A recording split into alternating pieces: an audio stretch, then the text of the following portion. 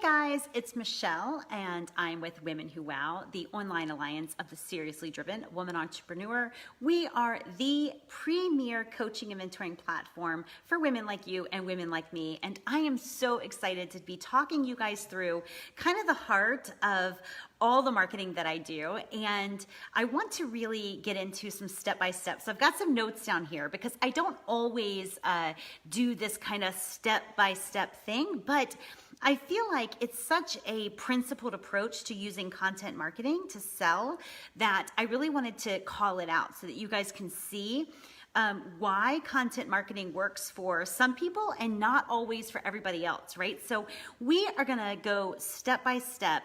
And what I'm gonna show you, it actually is gonna work regardless of whether you sell through webinars, which I don't do. I don't love webinar selling. It feels kind of really scripted for me. But it's the key to webinar success. It's the key to selling from stage if you're speaking live. It's the key to like a video sales letter.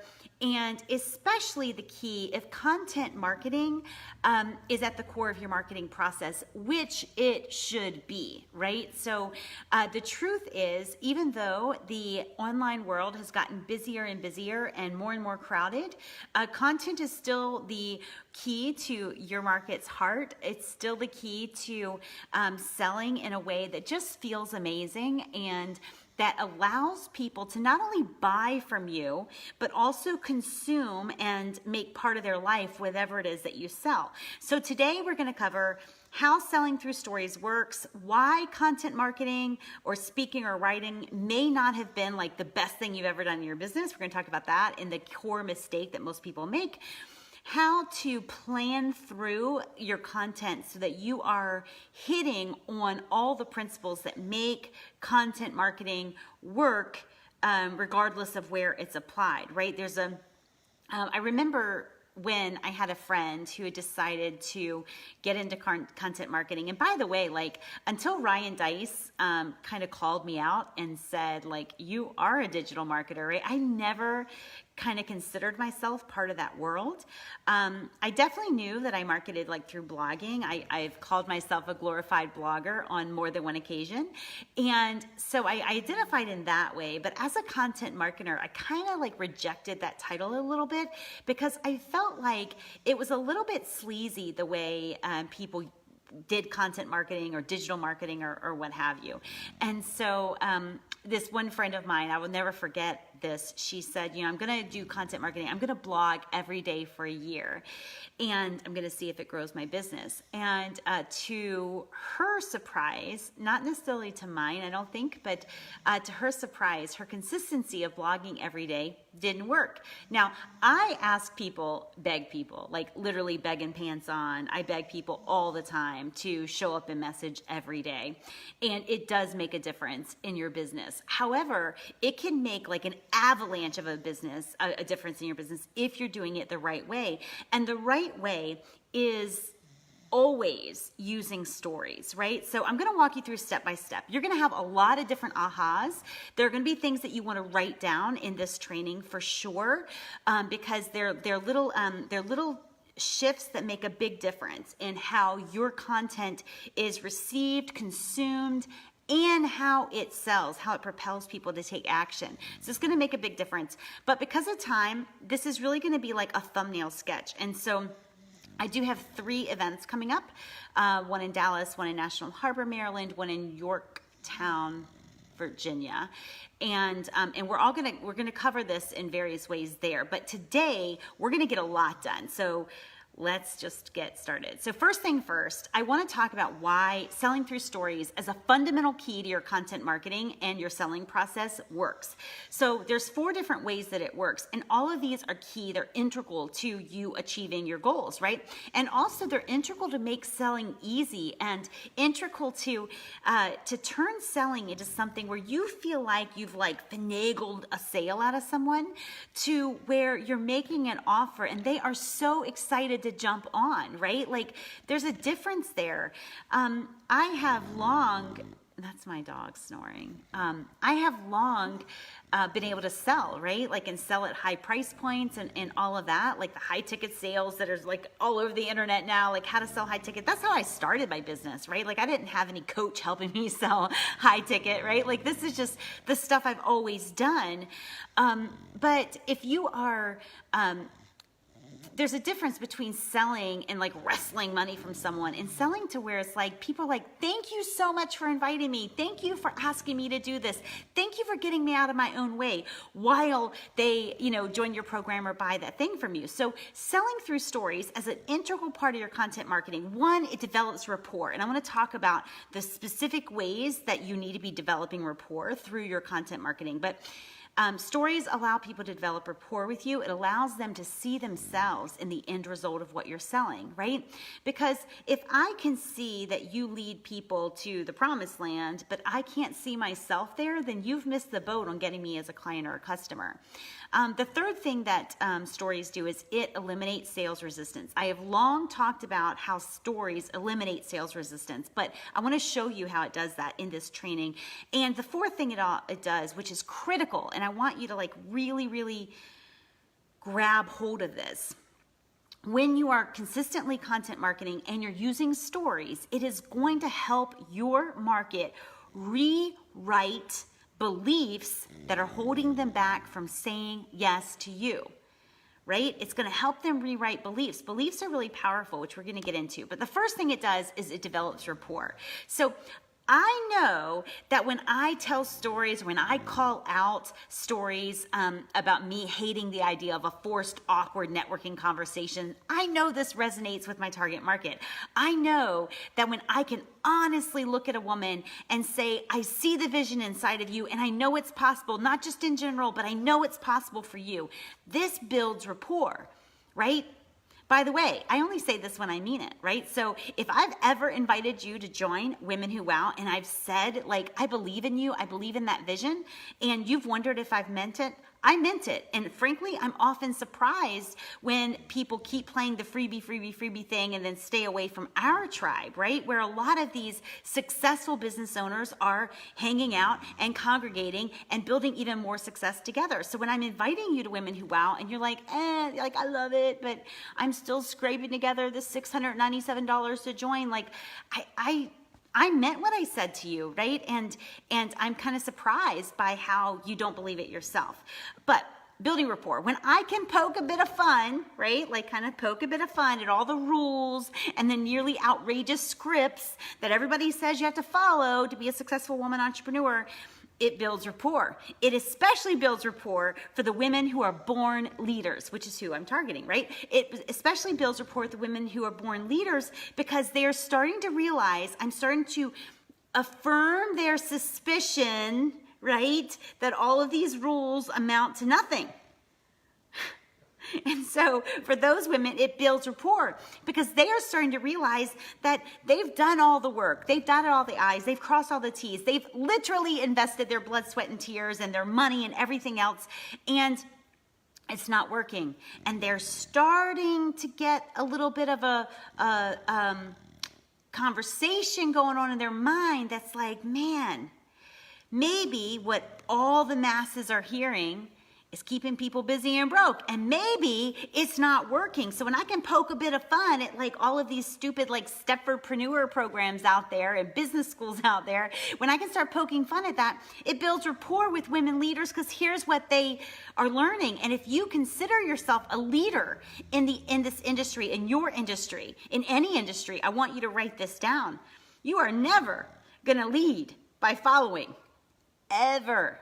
Right? And so women leaders are starting to like get that, right? And there's, they're like, man, I'm not going to lead by following their rules. I'm not going to lead by standing in step with everybody who's following that leader. I'm not going to be leading by following. I'm going to have to lead by being someone worth following, not by, getting in line and following the leader du jour.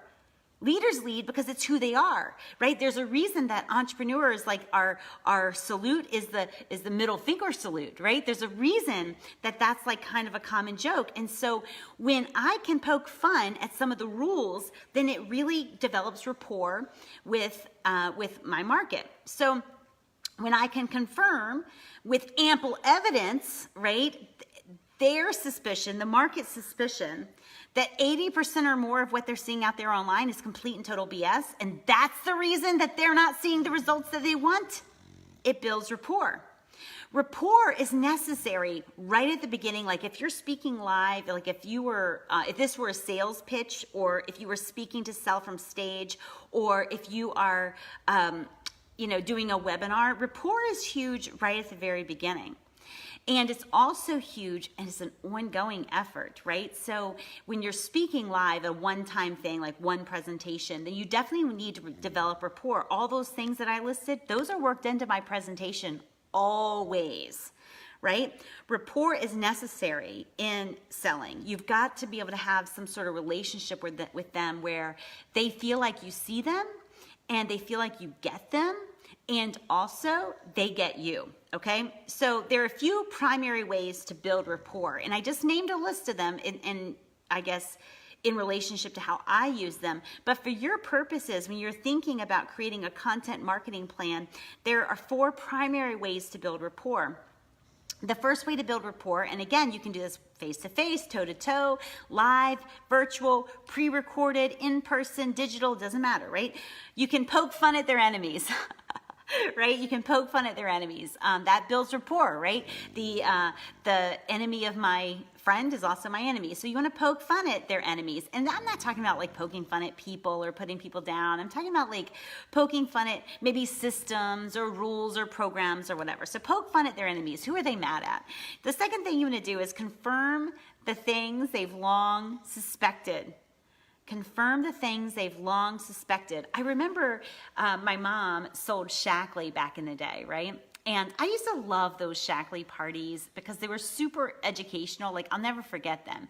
And one of the suspicions that they kind of poked fun at was the fact that most vitamins like went through your system and ended up in your septic tank, right? And they didn't really do any good. And so people were like, well, I'm spending money on this stuff and I'm not sure it's working. That's a suspicion. What if it's just not working? What if it doesn't work?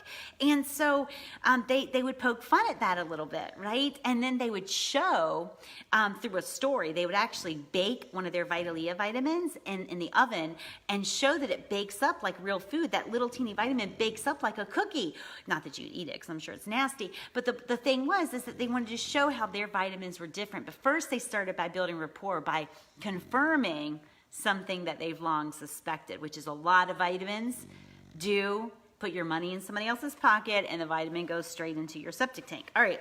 The third thing is you want to encourage the dream inside of them. It doesn't have to be a business dream, or it can be a dream for their marriage. It can be a dream for their body. It can be a dream for their home. It can be, you need to confirm and encourage the dream inside of them. A lot of times our market needs us to hold a vision for them, right? The truth is life, business, fitness, marriage, whatever it is, it can get hard and it can be daunting sometimes to like hold firm to the vision that we once had. And so when you're developing rapport, don't just poke fun at their enemies or confirm what they've long suspected, but also really encourage the dream inside of them. Call it out, right? Now, I often do this, and I only do it when I really see, right? When I can see like, man, she should be like killing it right now, right? And I'll say those things. You want to always do all of this honestly, right? Some of this stuff in the wrong hands can be used for evil, right?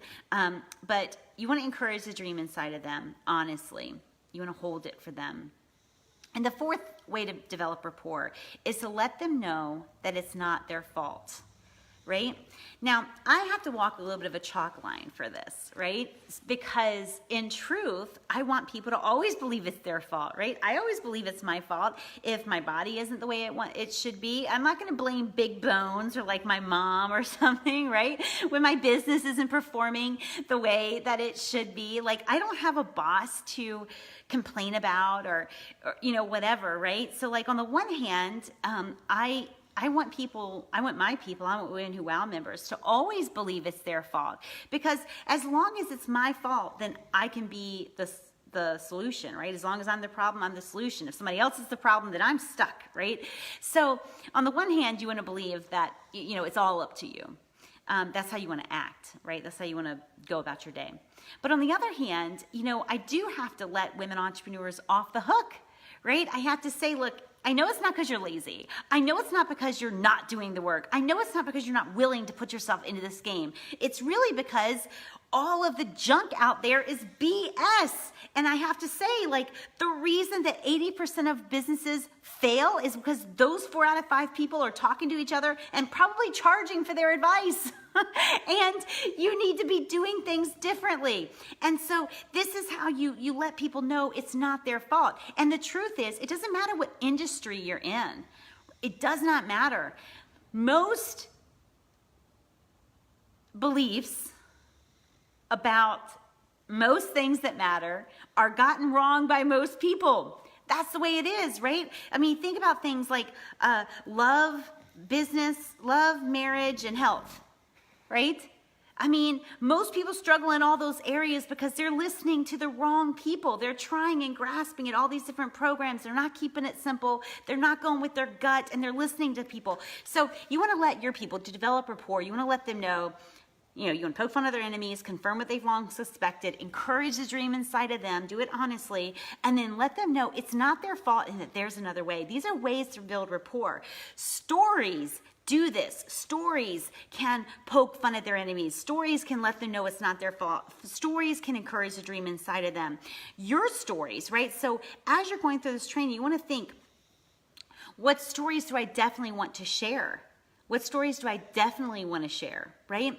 Because I have a ton of stories, right? I mean, I invested $50 to build my business. I had zero room for error. I had to sell right away. So when I'm selling an event about selling, I'm definitely going to tell that story. When I am talking about talking to coaches or consultants about building a practice beyond the one-on-one, I definitely share the stories of my first events and how I used the media to get attention and how they bombed in the beginning. And, it's just, I tell these stories, right? So stories can help you build rapport. So think about your own stories, but also write down the stories that your clients, their stories, right? Sometimes we can't share every detail with the public, but that doesn't mean we can't share the story. That doesn't mean we can't give the overview. That doesn't mean that we can't share a case study. So stories not only build rapport, but they also help people escape sales resistance. Escape sales resistance. I will never try to pitch when sales resistance is up, right? I'm just too practical for that. There's certain times when sales resistance is up. You guys can name them, right? So if you have a home party, so I'll give you an example. I had a very, very awkward MLM home party, and I will never forget it. We were sitting right over there at my kitchen table. It was a bunch of women who love to shop and love to buy, right? This should have been a really amazing home party. And they were the right women with the right, environment, I guess. And honest to God, at the very end, after we did half of our face, which I thought was weird, but we did half of our face, and the woman literally walked over to the other corner, this corner right over here.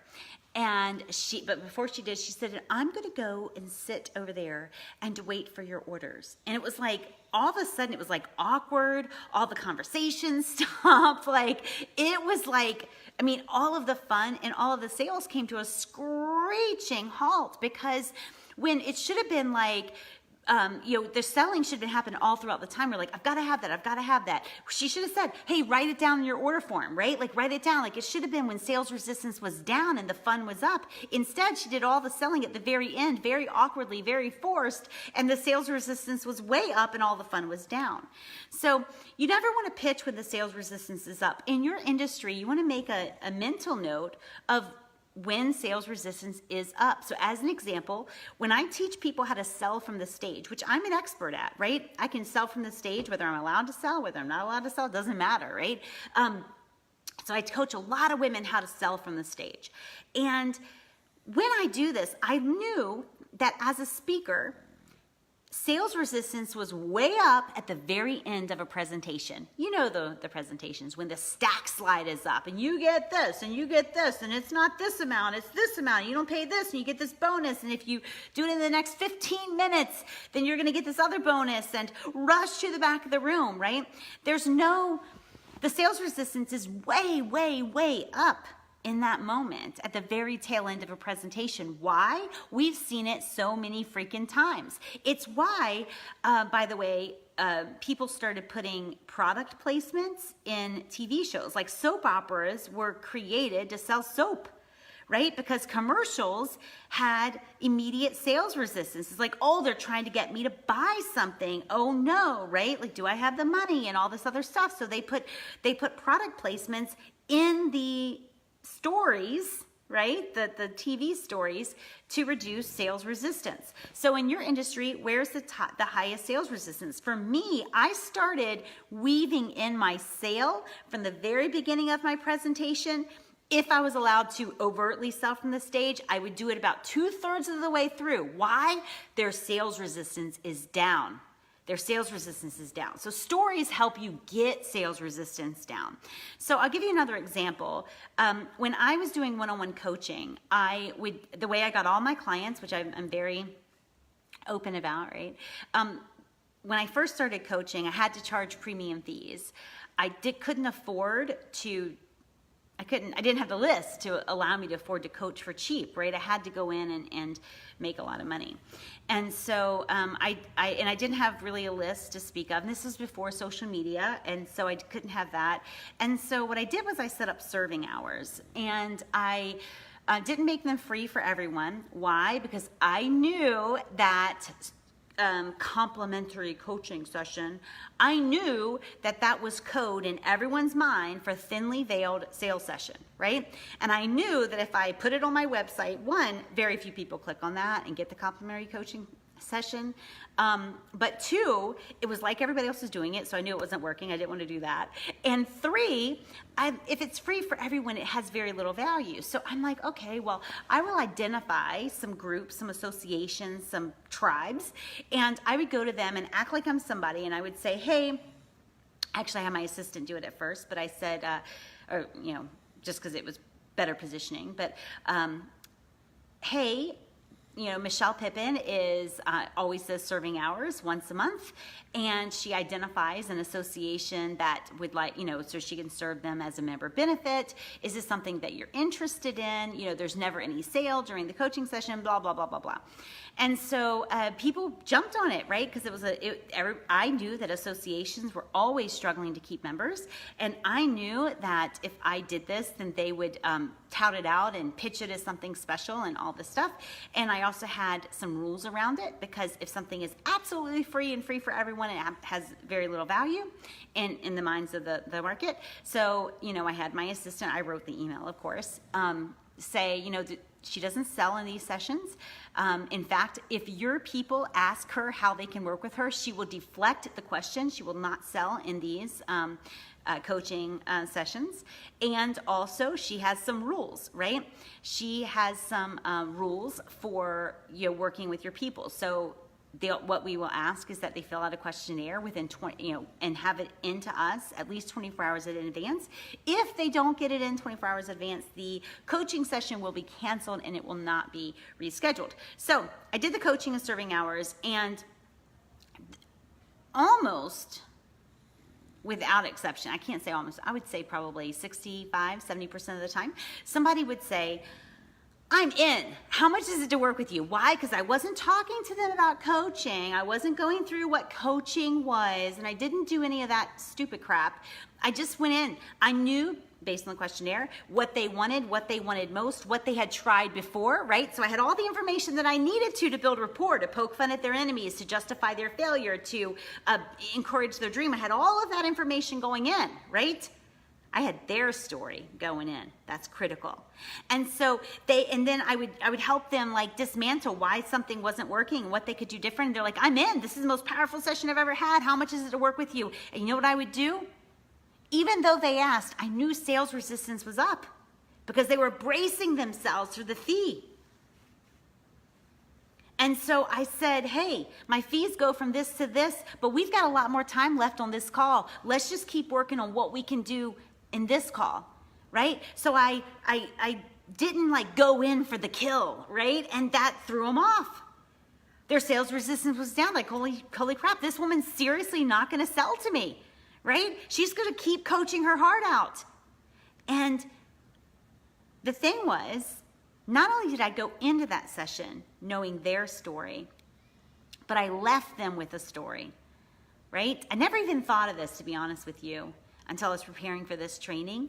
But I left them in a story. I left them in a future story about them. And it was a quick little statement, but I would say, listen, if you will stop doing X and Y and start doing A, B, C, I know that you're gonna blank, insert the goal. And I was completely honest with that, right? I had identified what they could stop, what they could start, and I had identified their future story. And instead of leaving them with a question of affordability or can I afford it, or concerns about talking to their husband about, oh my God, I'm gonna invest in another coach, right? Like whatever, instead of doing that, I left them in a story, their future story. Stories are so incredibly powerful. So, man, we've got a lot more to go. All right, so stories develop rapport, stories help reduce sales resistance, but also stories, let me go back to my notes, they also help rewrite beliefs. And this is where your content marketing is falling short, if it is not working for you. Some people ask me like how I produce the amount of content I produce, and I'm like, if you knew how well my content produced for me, you'd be creating a crap ton of it too. Right? Like I keep doing this not only because I can't not, because it's a way for me to share my soul with the market because I love it and because I'm a writer, right? I share it for all that stuff, but I also share it because it sells, right? I do content marketing because it sells, because it works, because it generates money. Stories. I share stories. I use stories to help rewrite beliefs. Beliefs that would otherwise keep them from joining WOW. Beliefs that would otherwise keep them stuck following somebody else's rules. Beliefs that would otherwise have them taking that dream that is absolutely possible for them and taking it to their grave with a bunch of regrets and all this other stuff, right? Stories help rewrite beliefs. Here's the thing.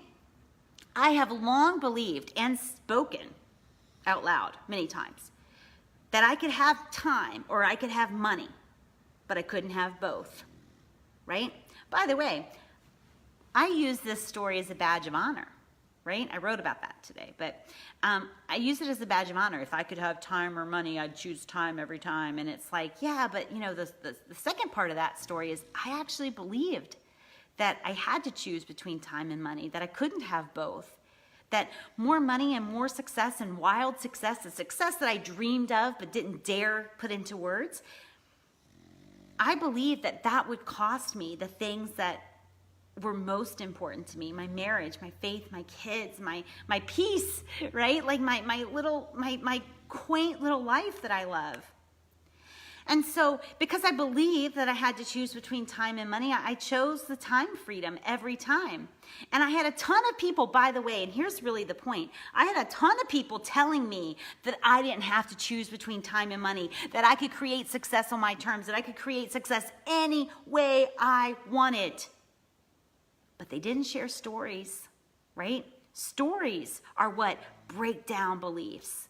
Jesus used parables because stories are a powerful way to get to people's heart. Their heart is where all their belief systems are. And so stories would have really helped me, right? Because beliefs are hardcore. Beliefs are like hardwired in, and they're only really removed in ways that aren't exactly logical. So I had this belief that I had to choose between time and money, and a ton of people reminded me that I didn't have to. A ton of people would say, you can do it any way you want. Like my coach would say, listen, this success is not like waves are gonna overtake you. You're creating it every day. Create it your way. Like I had those things being said to me.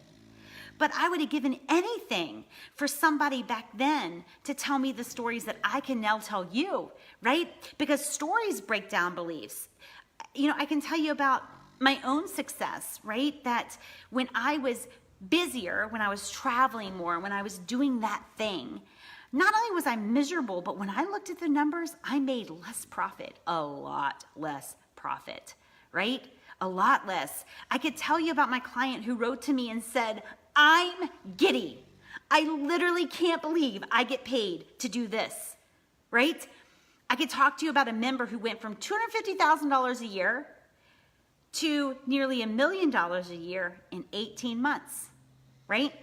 Not by hiring a big team, not by complicating her life, not by doing any of that, by just following the principles outlined in WOW. I can tell you about a client who built his business to just under $1 million, like 985, something like that, and will now say every patient that he sees comes from the content marketing that he and I did together. And by the way, no complicated content marketing. And by the way, he didn't keep it up. And by the way, his content marketing was essentially one book and weekly blog post. No funnels, no webinars, none of that stuff. $985,000. No one told me these stories, right? So I saw the stories that supported my belief that if you had lots of money, you could have lots of money, but miserable and needing constantly to vacation to escape your miserable life, right? I saw people who had too little money, but they were content, God bless them. I saw people who had lots of success, but a failing marriage and too much time away from their kids. So I saw the stories in absence of somebody else telling me stories that I can tell you now. I saw these stories that kept me playing small, kept me choosing time, kept me not pursuing my goal, because the bottom line was my belief was that it was going to cost me too much.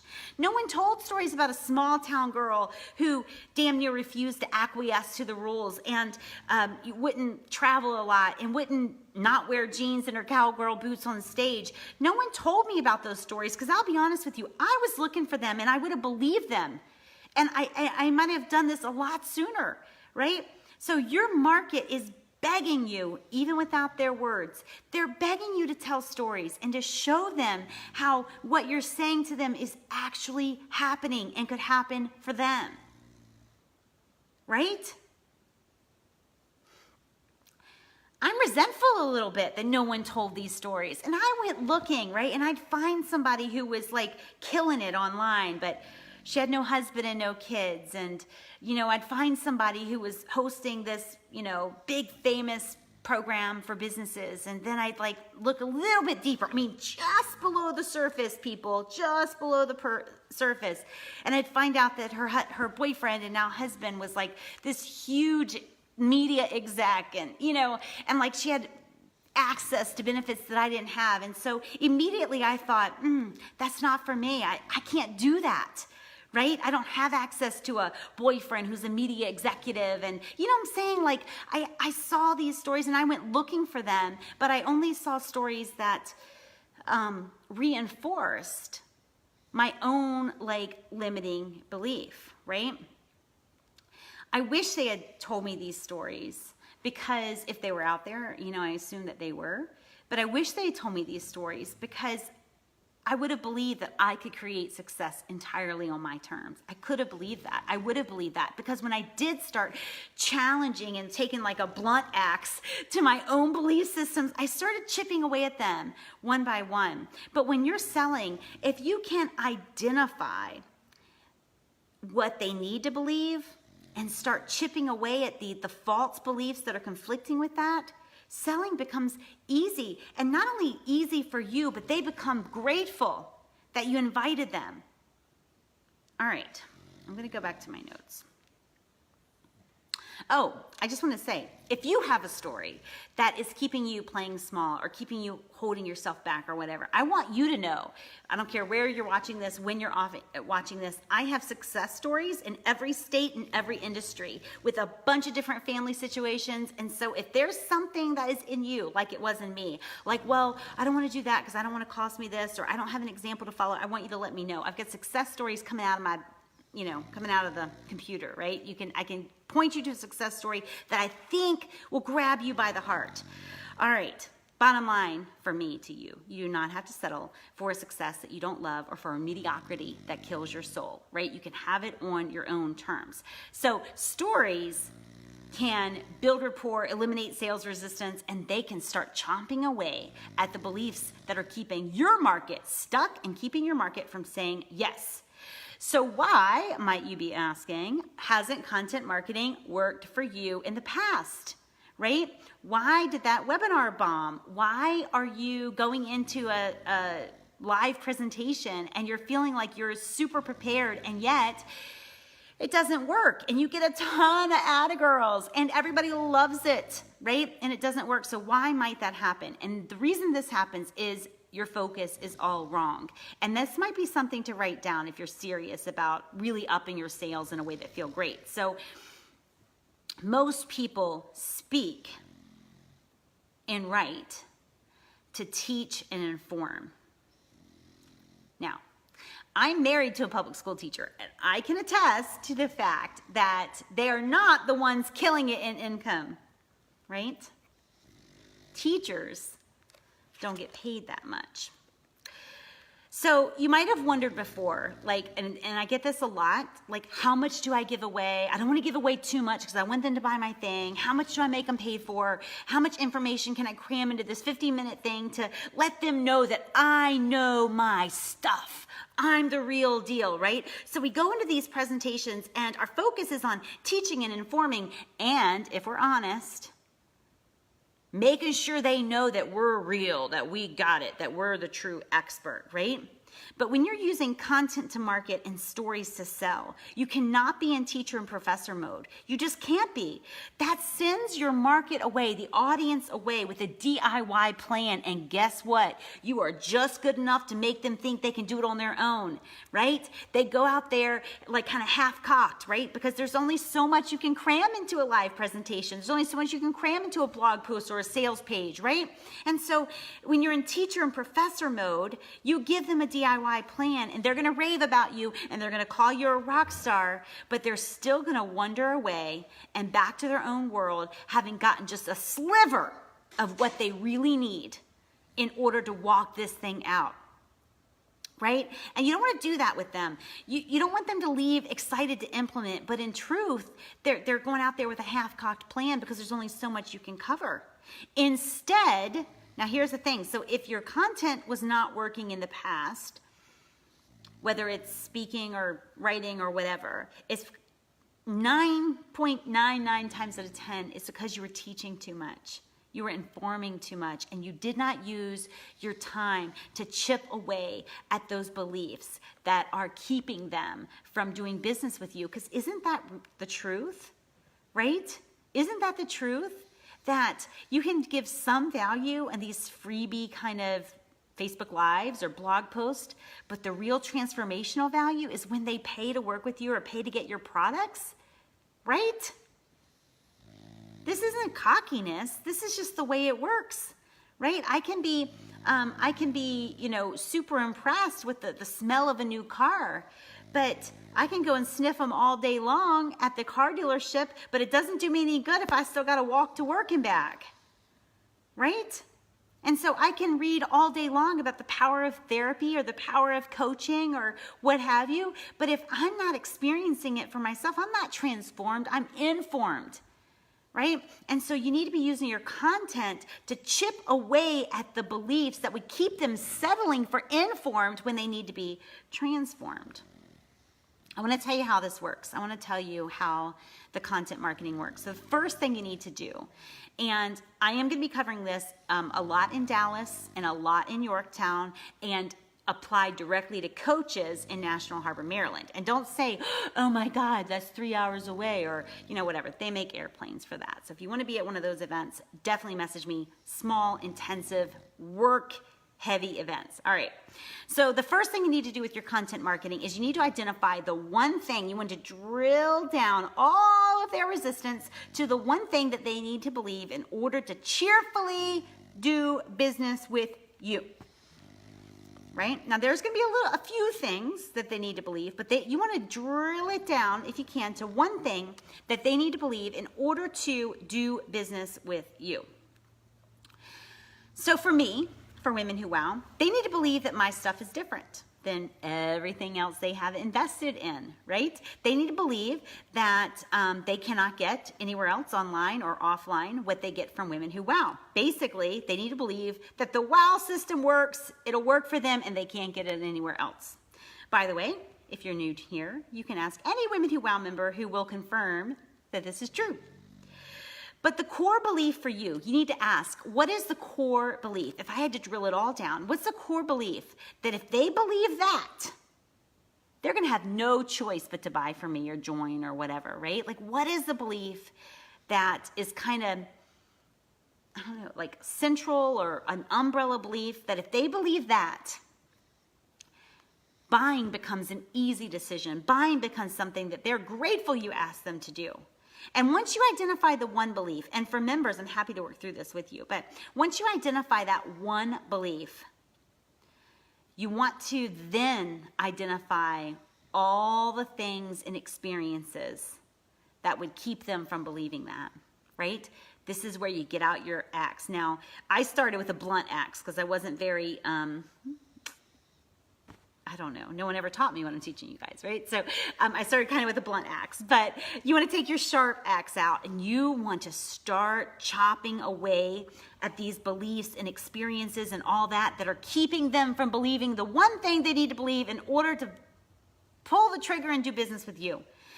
These things that are keeping them from saying yes to you, right? These experiences and beliefs and all that. These things often fall into three categories.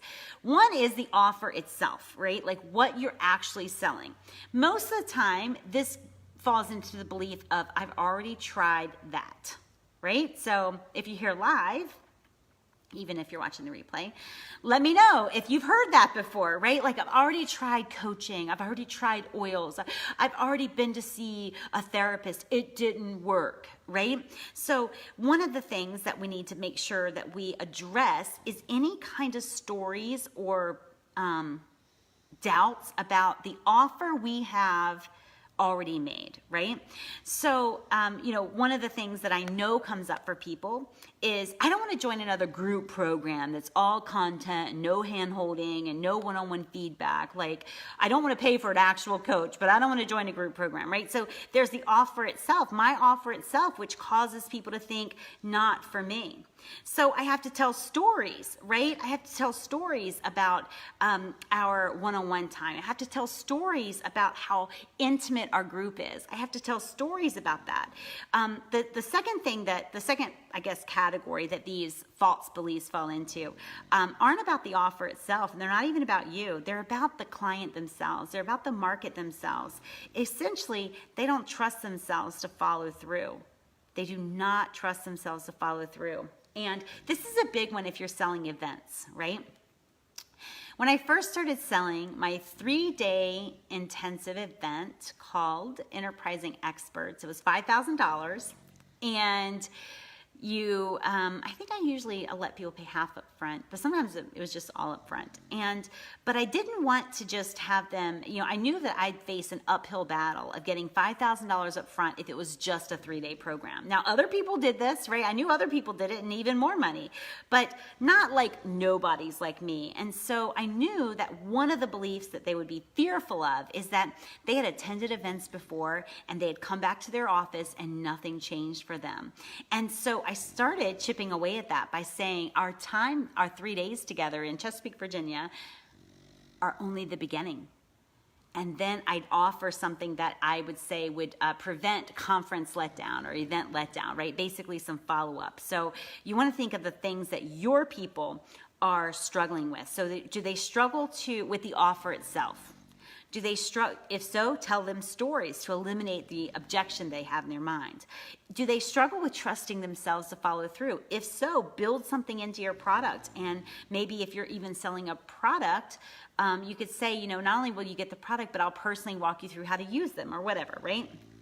The third thing that their false beliefs might fall under is the outside stuff, right? Like now's not the right time or whatever, right? Timing is such bullcrap. But a lot of people say it's not the right time for me, right? It's not the right timing.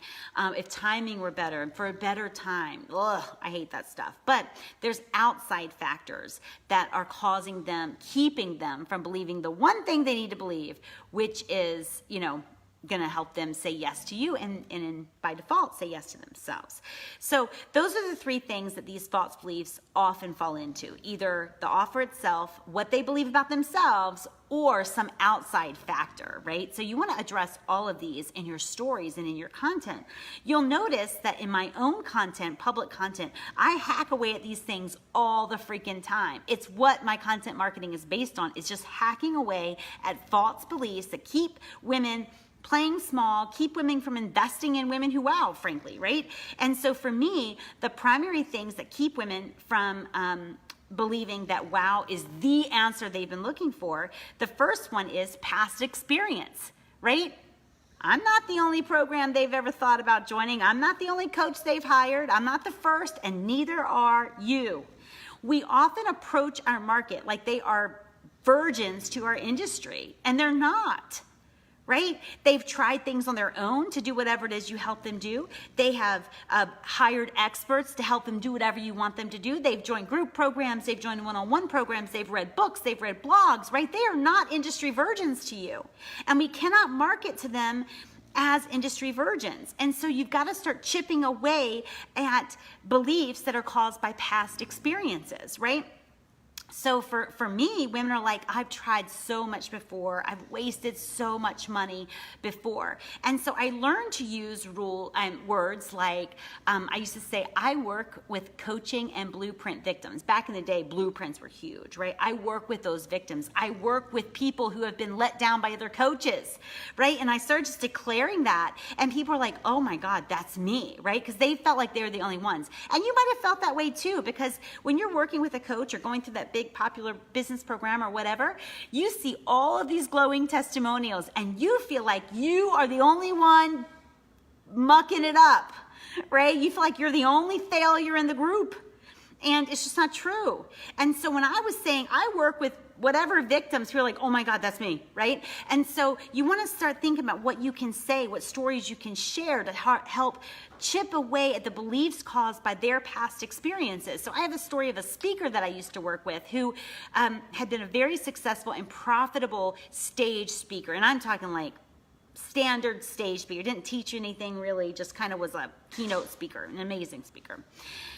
And before he was introduced to me, he had made exactly $0 in the entire calendar year prior to working with me. And when we got to the, after the first month, actually, he had booked $60,000 in business. And they said to me, Michelle, you have rescued all the money we spent on all these other experts. So when I tell that story, people are like, oh my God, what if I could rescue all the money that I've already spent and felt like was wasted, right? So past experiences, write, tell, speak stories about stories that chip away at the power that their past experiences or past failures might have over them. Another common objection for me is, I'm so not technical, right?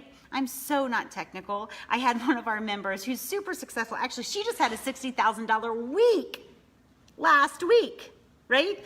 And so she's super technical, and they will say things, they will say things like, I'm so untechnical, and she couldn't even like click on the link to schedule time with me. She was like she was somehow typing it in the Google search bar or something like that. Anyway, so very untechnical. And I say, I'm the most untechnical online leader out there, right? And I tell stories about that. I tell the story about Ryan Deiss saying, you are a digital marketer. Here's what you do and here's what you make, and you're a digital marketer. So I tell those stories to kind of chip it away at the objection, the belief that they can't join Women Who Wow because they're not technical.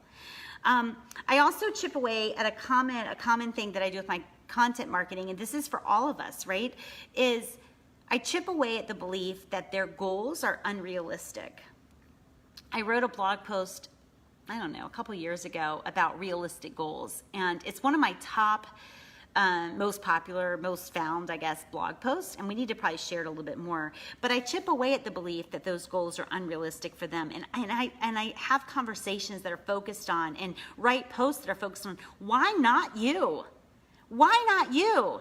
Right? Like, I was just kind of looking at Mel Robbins the other day because on TV there was Audible was being advertised, and Mel Robbins, and like, are you freaking kidding me? Like, I remember sitting with Mel Robbins when she was speaking at my event, and she was like super proud of herself because she had she had a BlackBerry, I think, but she had like thumbed an entire blog post. She was like super pumped about that because she could do it on WordPress and she did it on her phone, right? Like, why not you?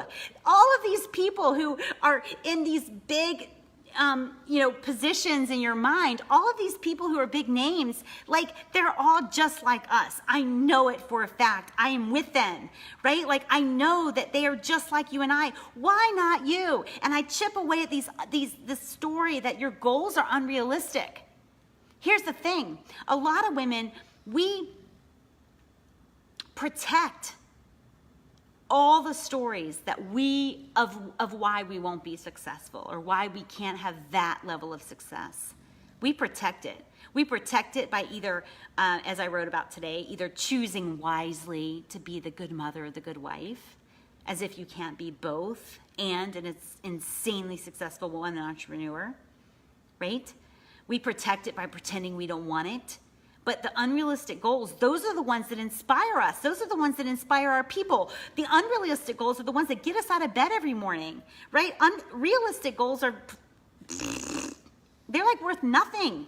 Who wants to pursue a realistic goal, right? So I chip away at this story of being realistic, right? I'm going to tell you, I get so excited when I hear of like nobodies, names I have never met. Shelly, since you're here, if you're comfortable, put the name in, or even the brand in, of that story of this guy who gets like $65,000 to come and speak, right? Maybe if Shelly's still here, I want her to put that name in. And I got thrilled. I got giddy when I realized I'd never heard of that guy. I didn't know who that was. I'd never heard of the brand. I've never seen his books on shelves. I don't know if he has a book, right? But the thing was, I love hearing stories about nobodies who are making multiple 6 figures and 7 figures and multiple 7 figures, just doing their thing. And let me tell you, there are a ton of them. There are a ton of these people. And so I don't want you to have unrealistic, this idea, this story of having unrealistic goals. So I tell stories all the time about women who dramatically increase their income without working anymore. I tell stories of people birthing empires that now run on themselves and retire their husbands and that they feel giddy about operating.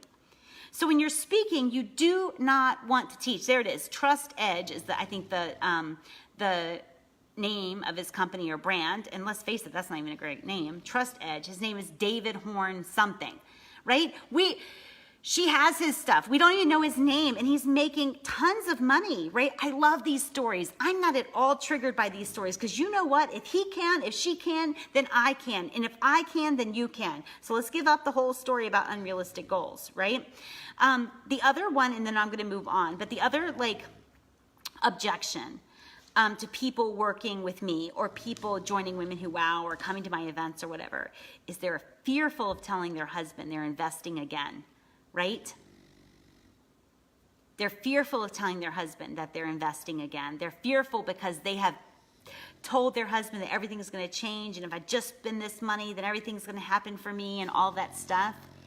And they don't want to go back and say that. So I tell stories like, husbands love me, because sometimes these husbands get to retire off the back of their wives' business. A lot of times these husbands see their wives like making money for the first time, right? I have stories of a husband who I think that the first month this woman was with me, she made $8,000. She had never made $8,000 in her life. And he said, honey, I have never seen you on fire like this, right? Stories, stories, stories. So when you're speaking, you do not want to teach. Teachers don't get paid a lot of money. You want to share. You want to share stories that chip away at their objections and lead them back to the one core belief that you identified earlier. Does that make sense? Like, I want you to really get it. Like, you have to first identify what they have to believe to make working with you like the foregone conclusion, to where it's like, obviously, this is what I need to do. And then you want to spend your time, your content marketing, your selling from the stage, you want to spend that time using stories to chip away at chip away at any experience or belief or whatever that keeps them from the one core belief that they need in order to do business with you. All right, so that's all. And I really want your questions. I really want your objections. I really want your, I've tried this and it didn't work. For Women Who Wow members, I'm happy to help you with this specifically.